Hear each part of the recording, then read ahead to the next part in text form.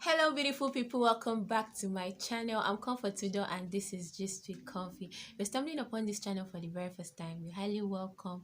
Do want to hit that red subscribe button and the post notification bell. In that way, you always get notified when I post a new video.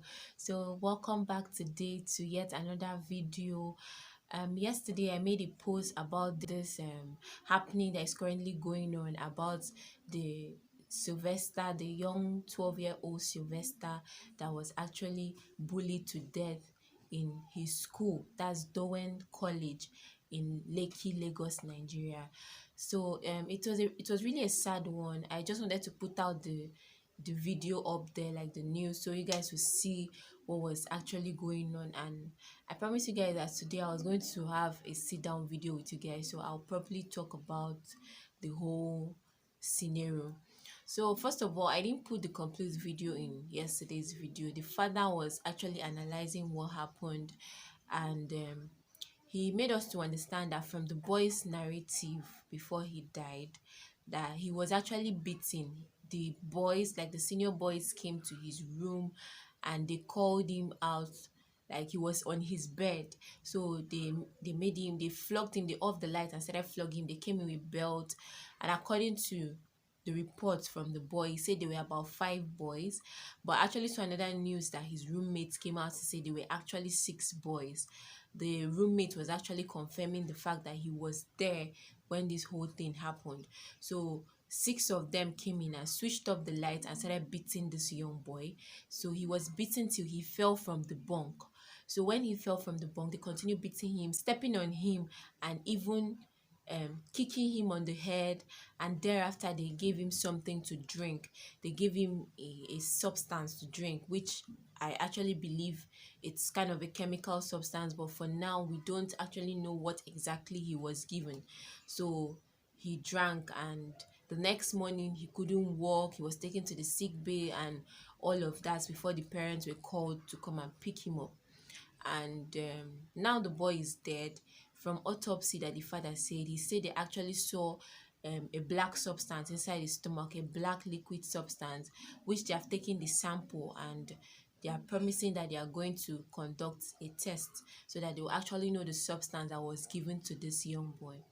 So, having known the story surrounding the death of this boy, it's really sad that teenagers, because I don't believe the people that did this thing are up to like 20 years and above. I think they will just be teenagers, maybe ranging from the age of 16 to 17, or let's just say from the ages of 12 as well as he is to 17 or 18 or 19. I don't actually think they're up to 20. Even if they're up to 20, it's kind of appalling that young people of this age bracket could actually be doing this kind of thing up to the point of taking somebody's life. And they are still forming, like, to me, I don't really know. I don't know the reason why young boys should be doing this kind of thing. And now this innocent boy's life has been taken just like that. And another thing I'll be talking about will be from the angle of the parents, like from the home. You know, we always say this thing: charity begins at home. It's not only charity that begins at home. A lot of things begin at home. Everything pertaining to a person's life begins at home. Whatever the person sees in the house is what the person will portray outside. So I feel when the investigation should be going on, they should investigate even to the family of these perpetrators, the people, the suspects. They should also investigate down to their families, because before they will have the mind to bully a young boy up to the point of taking the boy's life, something must have led to this. If he's stressed, it could link to the house or to the home that such a child is coming from. Some persons might say it's not the fault of the parents, but trust me, I feel and believe it has something to do with poor parenting. Because if the parents did their part well, it wouldn't result in breeding children that will come out and kill a fellow child. Why are you beating him like that? Why will you even beat him up to the point of taking his life? So I think at the point, from the angle of the parents, they actually failed in their job. I don't see any reason why a parent should breed that kind of children. It has reached the point that your child will do something. And the part that really got me kind of upset was when I heard again, it's still alleged. We don't really know if some, when things like this happen, people come up with different stories. So, but from the allegations we are hearing, we heard that the school authority actually called the parents of these suspects, and one of them even came as early as 5 a.m. to carry his son from the school and flew him outside the country. So why will you be called upon that your son carried out an offensive act, and the first thing that will come into your mind is flying the child abroad, taking the child away? Okay, your own child is good to be safe, while another person's child should die. He killed another person's child, and the only thing you're mindful of is to protect his own interest. I feel that's really sad. It's a sad one. So I think it should be traced down to the parents. I still stand with the fact that it's poor parenting, because even in the Bible, the Bible rightly tells us, train up your child in the way it should go. So when it's old, he will not depart from it. So the parents failed in their part, because had it been they trained their children well, it will not result in this kind of thing. If parents could train up children that at their teenage age they're already killing people, they're already bearing the name murderers, then that means when they grow up to be adults, they will start eating people raw. They will be chewing people raw like this. They will eat human beings alive. They will eat the flesh of humans alive. So most of the things that happen among children is linked to their parents. So parents didn't do their job well. That's what I still believe. They didn't do their job well to train up a child that has already started in his teenage age to be a murderer. Then when the person now grows old in future, that means the person will kill a lot of people. We should even be running from those kind of things. In fact, if I know the mother, I'll run from your family, because next minute now I don't know if they'll put poison for me to drink if I come to your house. When it comes to the angle of the children in schools, learn to talk to your parents. Be free with your parents. Let a senior not tell you in school, keep quiet, and you will keep quiet. I felt had it been this guy open up, this young boy open up to the parents, and we're like, okay, they actually gave me something to drink. It would have helped the parents more when the parents start noticing that, see, oh, my son's mouth is getting burnt. They would have at least tried to see something, one or two to do. Who knows? They maybe would have neutralized whatever they give the guy to drink. They would have taken it more seriously, but they were believing him because he continued telling them the same lies that seniors told them to lie in school, told him to lie in school and his colleagues. He kept saying he fell, he fell. So the parent did not really understand that it's more than falling. No, maybe some organs in the body must have been damaged, or he took something. Okay, let's go and find out if there is anything that we can do.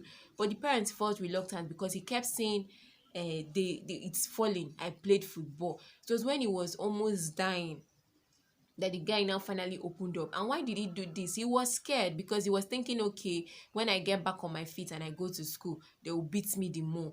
Mm-mm. They will always threaten you. Like even the roommates are saying that they told them not to talk. If they talk, they will kill them and all. Talk, talk, talk, so that somebody will know how to help you in a situation that you are not saying something. Somebody might not really know how to help you, or the actions to take to help you. So children should learn how to talk to their parents. Parents, always try to make your children comfortable so that they will be able to tell you everything. Make them feel free with you so that they will be able to open up to you. It's so sad that this boy did not open up till the dying minute. He now had to open up and nothing could be done to help him again. It's really sad. And I also be talking from the angle of the school. If this kind of a thing should be happening in a school and they're still trying to protect the image of the school, it's not right. It's not right. If a principal has gone under and done certain investigation and found out that there was actually a bully case in the school, I think the best thing that would have been done is to bring those people to book, so that next time other people will not carry out this act. That will even make people to believe in the school.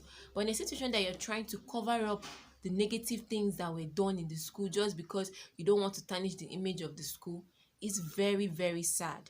It's very sad. I'm not going to stay here and tell you that all boarding schools are bad, or I'm not going to stay here and tell you that all private boarding schools are bad. No, we still have some that are good, because I personally went to a boarding school and it was a private school. I am not here to praise the school I went to or say this video was not sponsored by them and they don't even know I'm making this video. But to some extent, I'll just give you guys a little brief about the kind of boarding school I went to. My then boarding school, this kind of a thing was never done when I was in the school. When they tell you no bullying, they actually mean no bullying. And if there was any case of bullying, it was just at a minute level, because in the midst of the whole multitude, you still have some that want to be stubborn. But the school always had their way of putting them to book. You will not hear this kind of case and it will just slide. No. And as it stands now, because technology has advanced, everybody's supposed to also advance with the way the world is going. All over the globe, things are advancing. So I believe schools should advance. You will not believe that my then secondary school, as I'm talking to you now, they are currently doing CTV compliance. Like from the gates to the toilets, they have CTV cameras everywhere. I think other private boarding schools, or generally boarding schools, should also emulate this kind of thing, so that from the gates you have CCTV cameras everywhere from the gate, so that people will be at the control point watching. If there is any case of bullying, the student don't even need to come and report. Somebody at the control unit is already seeing that a bully is actually going on in so hostel and so room, and they will immediately go and arrest the situation. One of the things that they did that helped them to actually cut down the rate of bullying, and even currently that's the same thing they are doing up until now. They don't put seniors and juniors in the same hostel. They talk more of the same room. They don't put them in the same hostels and rooms. Each class have their hostel. Just 1 to SS3 have their different hostels and different rooms. Why on earth will you be mixing seniors and juniors in the same room and you don't expect them to bully each other? The seniors in each of the rooms will not do anything. They'll feel reluctant. It's the juniors that will be doing everything for them. And at the slightest provocation, they will just beat up the junior. So there is no wisdom in keeping juniors and seniors in the same room, or even in the same hostels. They're supposed to have different rooms and different hostels. That is one of the reasons why they don't really have cases of bullying, because most of the times, before the seniors will leave their hostel to come and bully a junior in the hostel, there are porters everywhere in the hostel that will see when a senior is coming into the hostel. What are you coming to do? Talk more of when they come in gangs. What are you coming to the hostel to do? What are you doing here? This is not your hostel. But in a situation that you put them together, it will not be that easy to be able to cut down bullying. So I think if you're running a private institution, this is one of the things you should be doing. Not only private, even federal schools. Seniors and juniors in secondary schools should not be left in the same room or the same hostels. It will always lead to bullying. As I'm talking to you now, that's what is currently going on in that my ex secondary school. And I feel other schools should actually emulate that. And if there is anything, they will review the CCTV footage and you will see that this is what actually happened, this is what happened, this is what happened. And they also have time where they connect parents online to watch their kids. And at that point, you make parents believe in you that yes, you're actually doing a good job, not just wasting a whole lot of money when you're not even getting the value for the money that you're paying. Because this school that this thing happened, this Dowen College in Lagos, I'm hearing that the school fees is pretty high. It's up to ₦1 million. Imagine a parent paying that kind of amount and then going to carry the corpse of the child. It's so sad. And the school is here telling us that the boy played football. At this point, I start imagining how football can be played in such a way that it will affect all the parts of a person's body. That means if this is how football is being played, as in if this is what happened, if this is the kind of injury that can result from football, I think football should be banned in Nigeria. Like, we should not even play football. Football should be banned in Nigeria if this kind of a thing could result from a football match and the mouth of the boy was burnt. As in, is it a spiritual football? Abi, the football, he was using his mouth to play the ball. That's his mouth. You guys saw from the footage I posted yesterday. I think I'm going to just leave little clips here. I'm being very cautious so that YouTube will not actually block the video because of graphic. So I'm just going to, I don't know how football could lead to that kind of burns in the mouth, and you're still there saying the guy played football. That means football should be banned. Abi, is it a spiritual football? Like, is it playing with principalities and powers? Honestly, you have to tell me if he's playing the match with principalities and powers, because at this point it's really sad. And as I'm talking to you now, the mother of this child is in a very devastating state. Even the father, like, who will not be in that kind of state? And this boy was their last born, and he was born through CS. So imagine what the mother will be going through currently. As it stands, when the father was doing the interview with Arise TV, the mother was currently on medication because she couldn't appear on camera. She couldn't appear, so they had to give her injection to sleep. So imagine the fate of this kind of family, having to grieve for their loved one and we are now just trying to cover the case. I pray justice be served, because you know one thing about Nigeria, we're experts in covering cases. Before you know, now tomorrow they might just come up, money might be paid somewhere, maybe from the school or from the parents of the children or something, and this case will be swept under the carpet. The one that even got to me also was when I saw a post that the school made and sending emails to parents that they should keep their children at home for Friday and Monday, so that the tension and emotions that are surrounding the death of this boy will be reduced, and the children should use Friday and Monday to revise for their exams so that they can start their exams immediately. Are you serious? Something serious just happened in your school. You're still talking about exams? But as it stands now, as I yesterday, I also saw a post that the police have sealed up the school, and I pray proper investigation should be done. In fact, that school should not even operate again. If you ask my opinion, that school should be closed down in totality. They should go and learn how to actually run a school before they think of opening a school. So this is basically what I came out to tell you guys. As I said initially, it's not all private schools that are bad. It's not all boarding school that are bad, because this thing will make parents to be scared of taking their children to boarding school. I actually went to a boarding school, and trust me, when I was leaving, I was even missing my school. And as the day is going by, they are actually improving in their standard of education, in their standard of technology. They are putting in technologies that will help the interest of the student and the interest of the parents. Why? Because they have the interest of the student and parents at heart. But in a situation that people don't have the interest of the student and parents at heart, they are just concerned about the money. They can just do anyhow. But anyways, this is just what I came out to say about this matter. It's really sad. You guys could even see from the way I'm talking, I don't even have energy. Like, this is not me. Normal, just to comfy. This is not the way I express myself about things. But this one just weakened my spirit, because it's so sad that this young boy would just die like that. A very promising young boy. But anyways, this was it for this video today. um don't forget to hit the subscribe button and the post notification bell, so you always get notified when I post a new video. See you guys on the next video. For now, bye guys.